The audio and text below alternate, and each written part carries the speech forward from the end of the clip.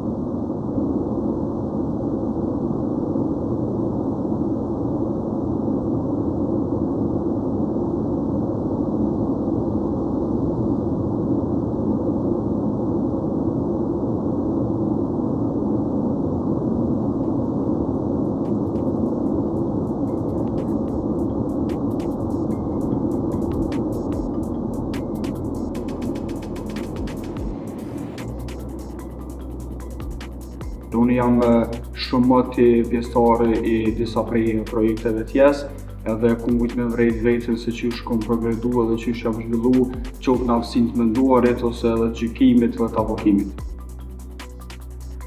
Na ndihmon për mi zhvillu aftësitë tona, si në fenbërje, si në zhvillimin jetësor, në zhvillimin e karakterit tonë.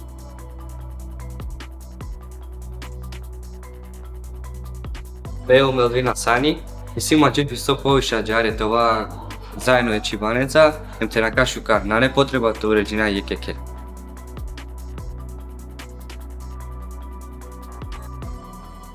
Zëri i nxënësve është themeli i një shkolle të drejtë dhe të sigurt. Siguria fillon kur respektojnë njëri tjetrin. UNICEF-i është themelu do të thotë në 1946. Edhe është prezente në 190 vende në botë. Në Kosovë është themelu në vitin 1995, gjithmonë me misionin kryesor, do të thotë që ka UNICEF-i që të sigurojë që secili fëmijë t'i plotësohen të drejtat e tyre. Këto të drejtat të fëmijës përfaqësojnë ose mbulojnë të drejtën e fëmijës të jetojë, të jetë i shëndetshëm, të arsimohet, të jetë i sigurt, do të thotë i mbrojtur. Do të t'ju ofrohet mundësi të ndryshme që secili fëmijë të ketë të drejtën të zhvillohet në mënyrën më optimale do të thotë që ka.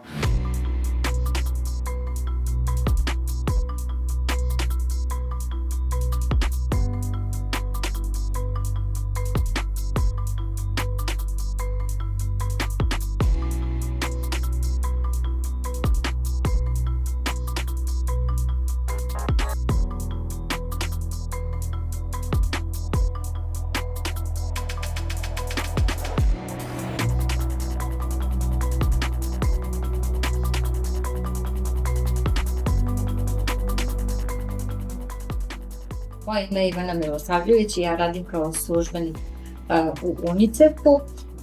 Zapravo implementirali smo jedan program o kojem danas govorimo, to je program Osnaženi mladi u društvu i u školskom okruženju. Ovaj program je pružio priliku mladima da ne samo svoje sposobnosti osnaže i dobiju nove sposobnosti za život, već je nekako osnažio i mlade da govore o tekućim problemima.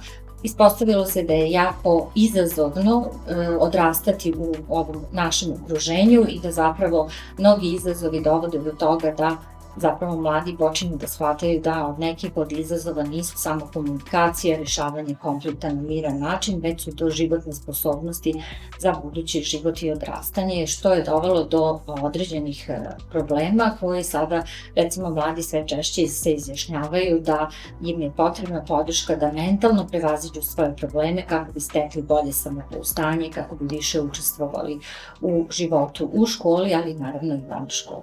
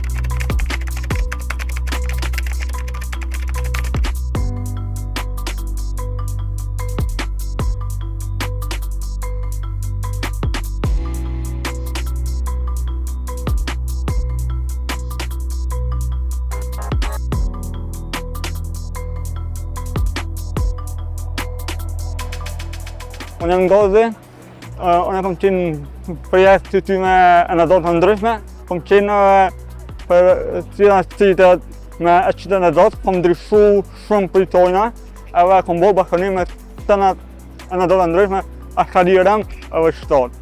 Tu tash ma ka ndryshu edhe menën të tyme. Unë jam Dreni Skoci, pjesëtar i workshopit në qytetin e Prizrenit. Në këtë workshop unë kam mësuar shumë gjëra rreth psikologjisë, sepse ka qenë aktiviteti kryesor.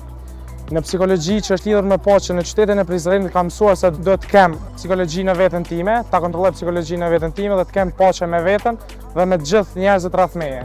Siç e dim, Prizreni është një qytet multietnik dhe do të kemi përgjithësi edhe paqe mes gjithë tonëve, s'ka lidhje se cili është etniciteti i tyre. Në Siçillën Zonsin e kemi pas si temë thyrjen e tabuve, paqe. Para se me i mojtë punëturit, nështë i kom pas disa menime pak ma ndryshe për thyrjen e disa tabuve, ku problem kryesor, ose këtë që kemi pas në qytetin tonë, mos përfshirjen e komuniteteve të ndryshme, ku mas punëtorive kemi ardhur në përfundime edhe mendimet e mia janë shumë ndryshe.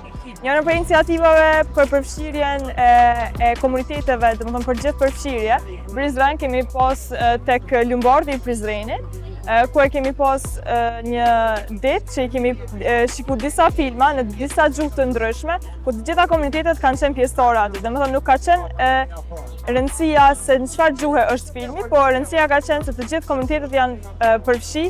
Unë kam marrë pjesë në disa lloje të aktivitetet dhe organizatave të ndryshme, por diçka që kam vrejtë që na bashkon të gjithëve në këto lloje organizata është komunikimi dhe pranimi njëri tjetrit. Pra, pa dallim gjinie, moshe, etnie apo çfarë do tjetër, ne kemi brengat dhe kënaqësitë tona që në mënyrë të komunikimit, se kur i shprehim ato ide dhe mendime, këto aktivitete mund me na bo gjithë dhe bashkë.